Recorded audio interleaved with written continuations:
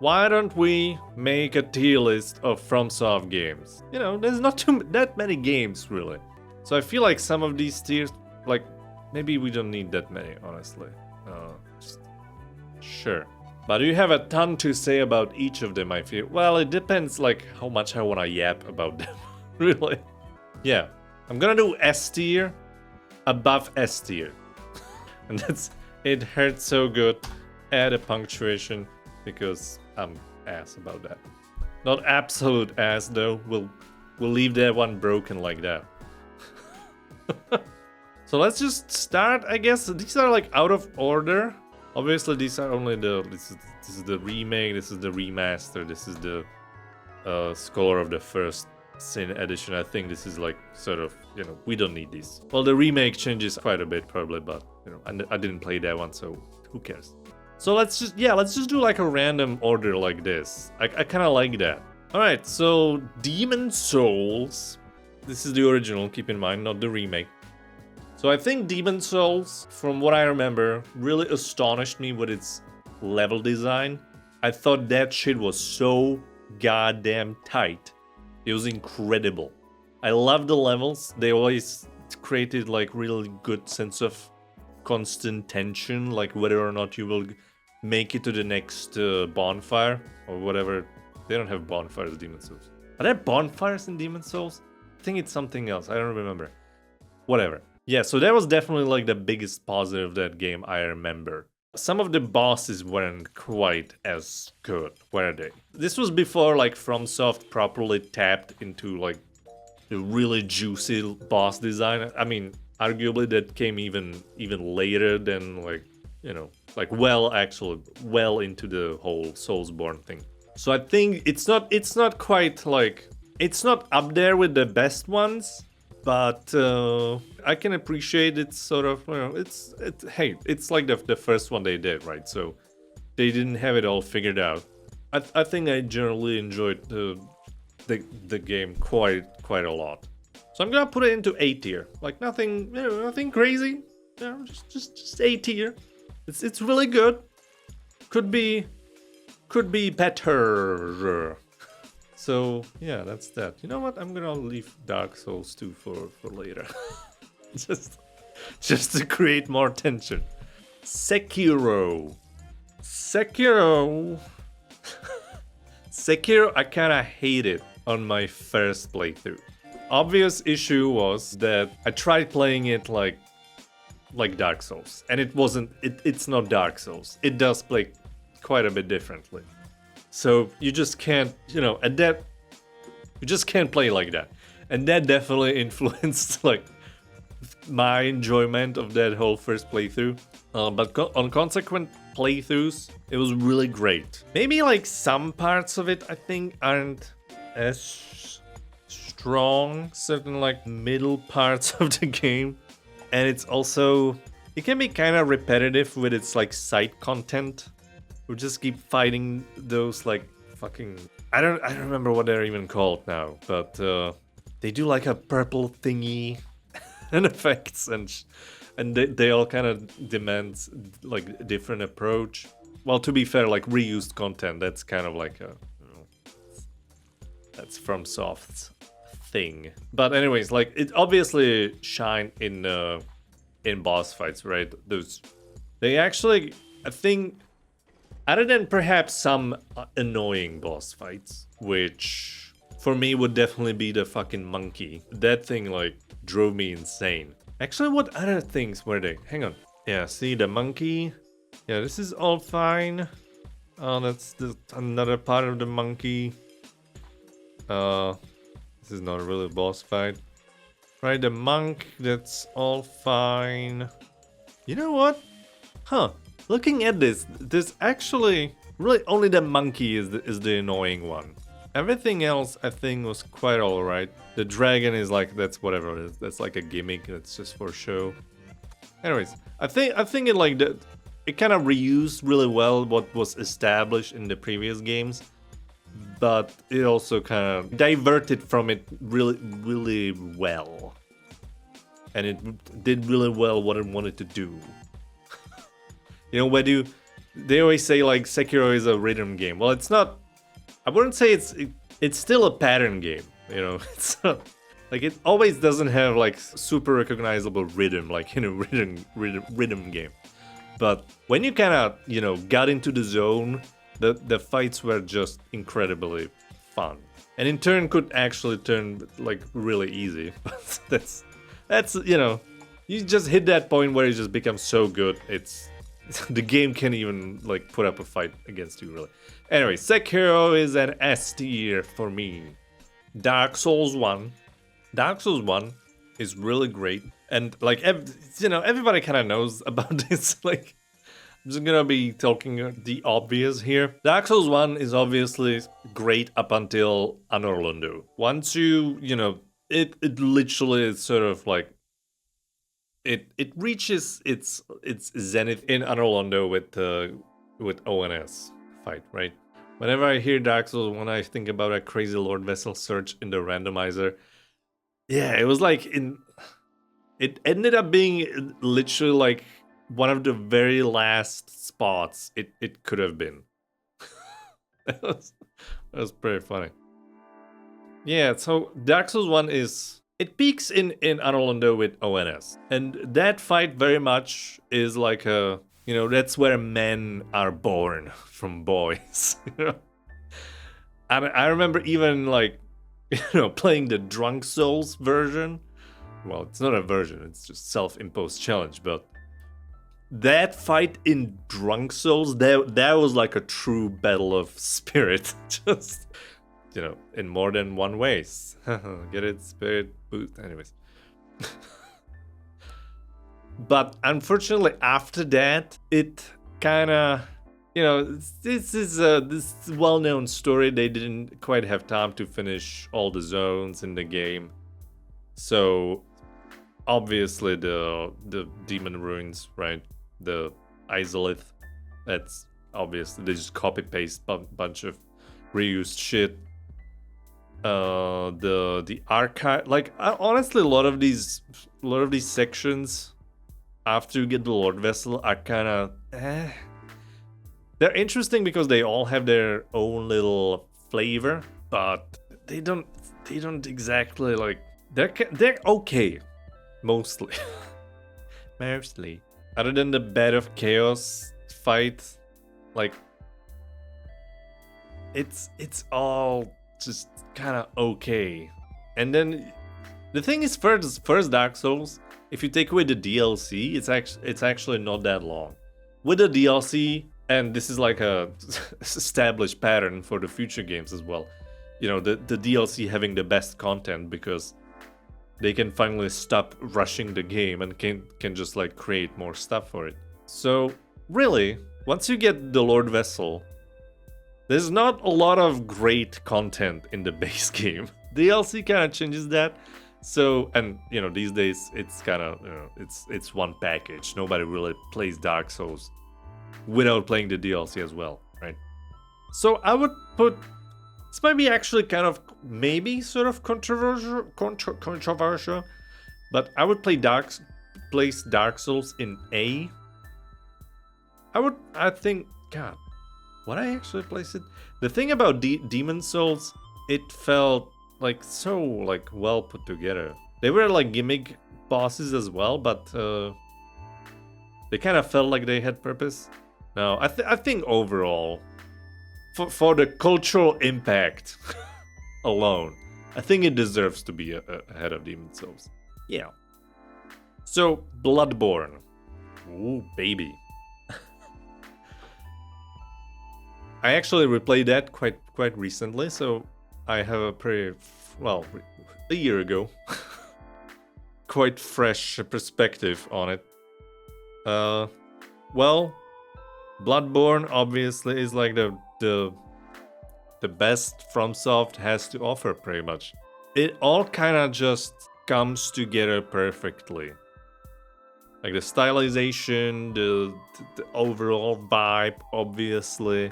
The way it starts off as this like gothic sort of horror with vampires and werewolves and whatnot, and it slowly like transforms into this Lovecraftian nightmare. It's pretty glorious. Because they pull it off just so seamlessly. And then you have the thing again, like, when you think of best Bloodborne bosses, you will just think of the DLC bosses, really. I mean, you know, sure you have Gehrman and, what's his name? Gascoigne. Father Gascoigne. I don't need to Google it. But he's like the first boss, right? And after that, yeah, the Bloodstar Beast. Oh, that's a motherfucker. That's a motherfucker if you're not ready for the poison thing, right? Or it's not poison. It might be poison. Whatever, the blood thing, I think. This motherfucker though, if you're not ready for him, ugh. Yeah, but really, beyond that, yeah, the base game bosses, like they're good, but they're not actually like that spectacular on like a gameplay level. The shit gets real when you get to the DLC though. I mean, still, it's not to take away anything from the game. I think the whole game just works incredibly well together. On my latest playthrough, I struggled so much on Orphan. Like, there was just... I don't remember struggling on him as much on my previous playthroughs. But this time, I just could not fucking beat him. It took like, what, 3 streams or something? And I just couldn't do it. But man, when you kind of like... finally got into the zone with the fight, and it was just like this fast-paced back and forth. Same thing as with Sekiro. It just works so well. The eternal shame is, however, that Sony hates money apparently and just refuses to remake it, remaster it, give it a fucking 60 FPS patch. None of that apparently, but that's a separate issue. Well, anyways, I would put this into the best of the best. This is the it hurts so good category. Yeah. So Elden Ring. This one might be kind of controversial. Controversial. A lot of people really love this game, and granted, I still haven't played the DLC, so that's kind of a little bit unfair compared to the other games that like which DLCs I played. But hey, it is what it is. Elden Ring, I think, is just kind of it's just honestly just kind of bloated. It's really good when it gets good, but the open world, in my opinion, they just didn't have enough stuff to fill it. There's just not enough, and it becomes really apparent in the later zones, where it's especially like that whole snowy area that's kind of empty, and they end up reusing a lot of the mobs and bosses in the dungeons. The thing about this game is it's at its best when it abandons the open world. And you just enter one of those sort of like enclosed Dark Souls-like levels. And that's kind of telling, right? So I don't... Sure, some of these bosses are great. I think some of them go a little too far, where they sort of play more like Sekiro Millennia, looking at you, without having the Sekiro mechanics to actually oppose the bosses. But if I want to be fair and sort of rate it as a whole, I like Elden Ring because it's cozy to watch when the right YouTuber plays it. Oh, it's don't get me wrong, like I did enjoy the exploration aspect of it.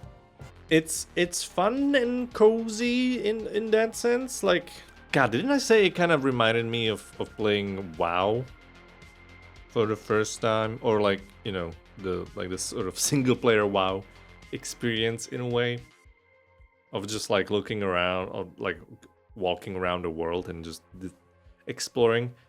That's all great. It's just like there's lots of repetition. Like, you fight that stupid fucking earth tree like 20 times. And like the soldiers are like all the same guy. I don't know. I'm just not as crazy about Elden Ring as some other people are. Alright. So I definitely wouldn't put it into it hurts so good tier. I wouldn't even put it into S tier. I would place it somewhere in the A tier.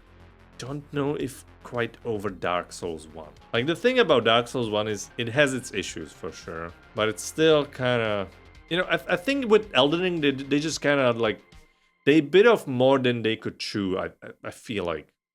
And granted, the DLC maybe, although from what I've heard, that you kind of get put into like a separate sort of like a bizarro version of the world, so it's like a different map basically. But I guess let's be actually fair. So Elden Ring has its issues, but so does Dark Souls. But I think when Elden Ring works, it does work like better than Dark Souls, I suppose. Are you of the opinion that Elden Ring is the best entry-level Souls-like game? It depends, like, what you're expecting from Souls-like experience. Elden Ring allows you to play the game like as if it's not Dark Souls, right? There's lots of ways to make the game easier for you. I am of an opinion that that's not the proper way to play the games. Not that, like, you know, that's not like the sort of gatekeeping point of view. What I mean is that the games just don't feel designed for that kind of gameplay. They feel tailored to a just single player experience. When you start using like the fucking, God, I don't even know what it's, I don't even remember what they're called now. The spirit thingies you can call to help you. Well, companions, basically, to fight with you. When you go sort of like super ham with that, it kind of, if to me, it feels like it like defeats the whole purpose of that kind of game. So I would actually say the best like entry-level Dark Souls or Souls-like game is just Dark Souls. Admittedly, that one is still prone to like you getting lost and not knowing where the fuck to go. Like, it's that part of FromSoft era where you just, you know, you just didn't know what to do sometimes. So not in that sense, but the thing is, Elden Ring sure allows you to make the game a lot easier. But if you just opt out of that sort of thing, of making the game easier for yourself, then it's actually really difficult. Like, some of the bosses are really fucking hardcore in Elden Ring. Because this is, right, this is on top of everything else. This is like after Sekiro, this is after Bloodborne, this is after Dark Souls 3. So like everything's sort of amped up based on experiences from those games. So it's like for the seasoned Souls players, it was okay. Because we were used to that sort of stuff. But I think this would be like a really difficult game if you just went to it just playing solo only, you know. Right, so if you're not doing any summoning or spirit ashing in Elden Ring, it's really difficult, I think. So I would say still Dark Souls is the best entry level. But Elden Ring has that thing where you can like always. You can usually just walk somewhere else whenever you hit a wall. So there's that as well for sure. I think to me Elden Ring is just they just kind of, again, they bit off more than they could chew. Like, it's not bad in terms of open world, but it's, to me, they didn't quite get there. You know, they didn't quite nail it. They didn't have it. Just didn't have enough content. Like, lots of it is just reused, rehashed bosses or enemies over and over. And just because they tweak it a little bit doesn't make it feel like a whole new thing, right? Makes sense to start with the first one. Yeah, I mean, even like Demon Souls, I think actually wouldn't be the best one where to start, because it can be quite unforgiving. You know, Dark Souls, funnily enough, is actually a little more friendly in that. But yeah, I mean, if you start with Dark Souls, the sort of difficulty curve just makes way more sense, right? Because, you know, you go through Dark Souls and then go through Dark Souls 2, then you get hit with Bloodborne and everything sort of changes because it's just so much faster, and that sort of carries over in all of the future games.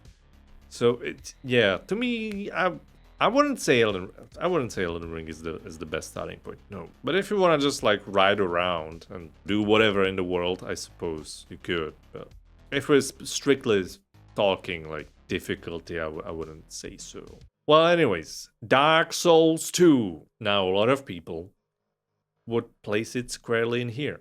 I think those people are full of shit and they're just like, I don't know, overmotivated or something. Dark Souls 2 is no doubt a troubled game that has its issues. Its bosses aren't that great.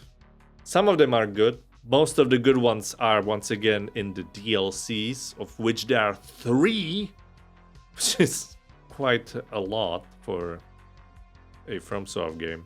There's some, you know, there's some level design or world design issues. You know, it's like well known that like the Dark Souls 2 world doesn't quite make sense. I think it's like what, like it's this end of one zone and you take an elevator up, and suddenly you're in the middle of a like a crater of volcano that's like sinking. Like it doesn't, you know, it doesn't make sense really if you think about it. Here's the thing, I'm kind of biased in that regard as well, because Dark Souls 2 was my first Dark Souls game. That was my start. That was my introduction. And you know what? I think Dark Souls 2 is pretty good starting point as well, because it also has some ways to make your life easier. It's, funnily enough, it can be kind of, it's like a weird mix of, well, they kind of like bring back some of the stuff from Demon's Souls, or rather make it a little more harsh, I think. My situationship from 4 years ago loved Dark Souls 2 and showed me the Majula theme. It was a piece of shit, but it's a beautiful tune. Yeah, Majula is like the... If we were doing a FromSoft hub area tier list, I think Majula would be top tier. My only regret, and to be fair, that sort of applies to pretty much all of these games. Well, and that's like a criticism against the very nature of these games, so that feels kind of unfair in the first place. But I'm gonna mention it anyways. I always hoped there would be like more happening in these hub areas. Like Majula feels like there should be more happening there, right? But now you're asking, you know, you're basically asking to make these games more RPG than they are, and that's just not what they are, you know. Majula feels so drowsy and surreal. Like, where's everybody? I think that's what that's part of what a lot of people miss out on in terms of it, like in Dark Souls 2 and what it's about. To me, Dark Souls 2 works great because, you know, Dark Souls 1 is like the beginning of the cycle. It's like the great age of fire is coming to an end and everybody's losing their shit and what are we gonna do now and blah blah blah. But it kind of almost has like this like fairy tale kind of vibe to it to some degree. Now if you look over to Dark Souls 3, that one is very like melancholic, very almost it is nostalgic, but also very like apocalyptic, you know.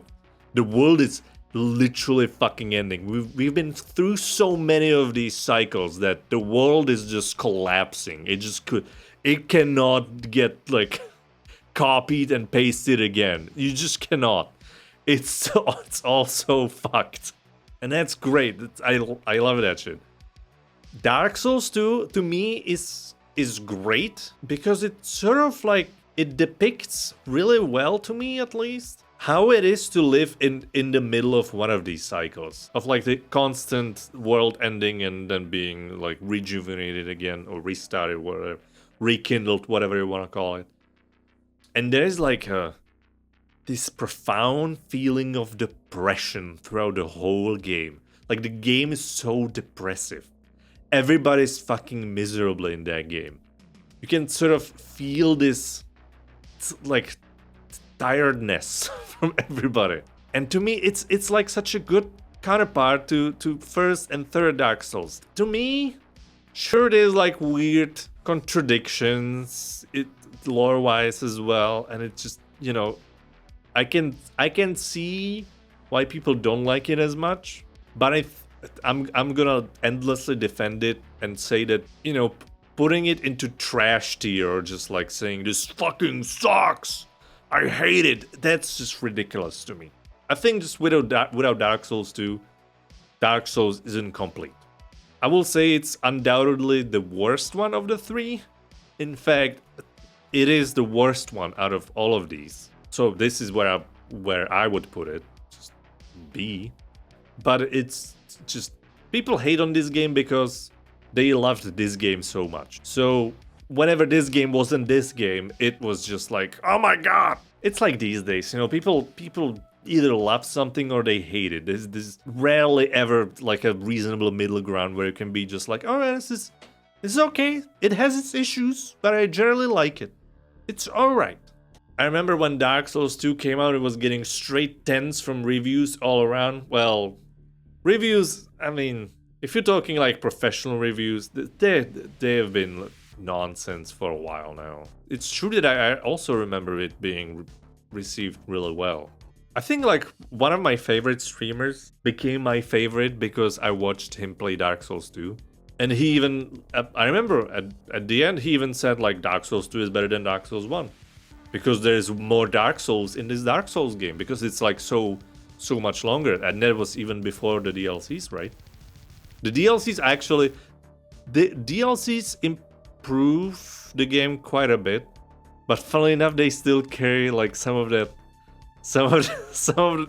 its bullshit. So it's but then again, it's still very much, once again, the best content is in the DLCs. The hate against Dark Souls 2 definitely came a little bit afterwards. Once people kind of try to make sense of the experience and they realized that they didn't like it as much. Also, some of the haters, I think, I'm gonna use the word hater, even though I think it's like profoundly just overused these days. But some of the haters that were hating the game actually just became like gradually louder and louder, and they sort of overtook the general opinion of this game. Boast, not clarity. yeah, kind of. Yeah, I can see that. But yeah, to me, I will never be able to like really hate on this game. Again, I would put it below all of the other ones, but I would not put it in here. No, it's absolute ass is gonna remain empty on this tier list. I could talk about these games all day, but you know, let's keep it somewhat brief at least. Now, Dark Souls 3 is amazeballs. Dark Souls 3 is great because it took what worked well here. They, you know, learned a lot from this because I think they were even like developed alongside each other, at least partially. And it's just amazing. Once again, best stuff is in the DLCs. I think best bosses, mostly. But I would argue, unlike the other examples here, except for Sekiro, obviously, and you know, Elden Ring DLC I still haven't played, so can't talk about that one. Dark Souls 3 in the base game also has like some of its best bosses as well. Like Abyss Watchers. I remember when Dark Souls 3 came out, Abyss Watchers was like a lot of people got stuck on those guys. These days, funnily enough, they feel kind of like a pushover because everybody has gotten so much better at playing Dark Souls games that Abyss Watchers aren't really an issue anymore. But, you know, there's lots of great bosses in the base game as well. There's, again, Abyss Watchers. Even the Udex Gundyr, the very first boss, is actually pretty good. And, you know, then you get the Twin Princes, the Pontiff Sullivan, you got the Nameless King, you got the Soul of Cinder, which I would actually I think I would call him the best final boss out of all of these games. And that's not that I'm not even, I'm not even talking about the DLCs yet, because Dark Souls 3 has 2 of the best final bosses. Like literally, I think Dark Souls 3 is where their boss design just reached its peak. It was kind of perfect. It got way faster based on what they've learned from Bloodborne, but it didn't quite it didn't become all insane like it did in especially Elden Ring at some points, at least some bosses. Dark Souls 3 is just in terms of boss design, they got some, obligatory gimmick bosses. Like some of them are kind of nonsense, let's be honest. But there's just so many super great and epic bosses that are actually fun to play, at least for me. Music is also just perfect. It's kind of repetitive because a lot of it was composed, especially later on in the DLCs, by just a single composer, Yuka Kitamura. And it kind of shows. Some of the tracks, there's always the choir and it's always kind of there's always a sad violin. There's always a woman just singing ooh, but it's generally great. And I've mentioned the overall vibe, which I just love that shit. Also, I think it's one of the rare cases of apocalyptic and also post-apocalyptic setting in fantasy. I feel like that's not done very often. You often get your usual Mad Max nonsense, right? And Fallout and whatnot. But I very rarely see post-apocalyptic fantasy setting. And I just love this game's whole vibe, honestly. So this is going into It Hurts So Good tier, and it's actually going ahead of Bloodborne. I think this is actually somewhat controversial tier list.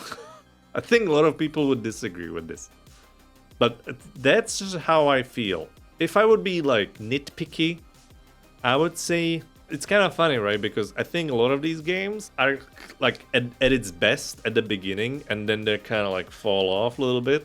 Whereas I think Dark Souls just builds and improves gradually the further you get into the game, which it also is just it just feels so much better that way, right? And yeah, Soul of Cinder is just it's the ultimate Dark Souls boss, right? You're literally fighting this fucking amalgamation of all the previous people that rekindled the fire, so you're just kind of fighting all of the players' playstyles, basically, right? The strength build, the dex build, the mage build. Then you fucking fight some sort of echo of Gwyn in that as well. It's perfect. And then you get even better final boss fight in Gale, right? That boss fight is just so good. And again, I think a lot of people would put Bloodborne over Dark Souls 3. This might be a bit of a bias, subjective thing. I just even though this is, I mean, look, they're both in the best tier possible, right? So it's not it's not like Bloodborne sucks suddenly. It's just I just like this one ever so slightly better. It's a little bit, just tiny bit, mostly because actually, I think it just handles the very late end game just slightly better. Yeah, so I don't think even looking at this, I don't think I want to change anything about this. I think I'm perfectly fine with this. Yeah, I think Sekiro I would, yeah, slightly below these two. Although I typically think of these three as just the best that FromSoft has to offer. And I don't think it's a coincidence that they all kind of came after each other, right? It was Bloodborne, Dark Souls 3, Sekiro. I think that was just the peak of FromSoft's output. That's where they really hit their stride. That's when they really knew sort of what to do and were implementing it really well. As for Sekiro, yeah. And I think then came Elden Ring, and they kind of they went kind of too far with it. too far and too wide, actually. But, you know, that's what I mentioned, the issue with not having enough stuff in Elden Ring to fill up the world. So yeah, that's my tier list for FromSoft games. Tell me in the comments why you hate my choices. I can't wait. Bye.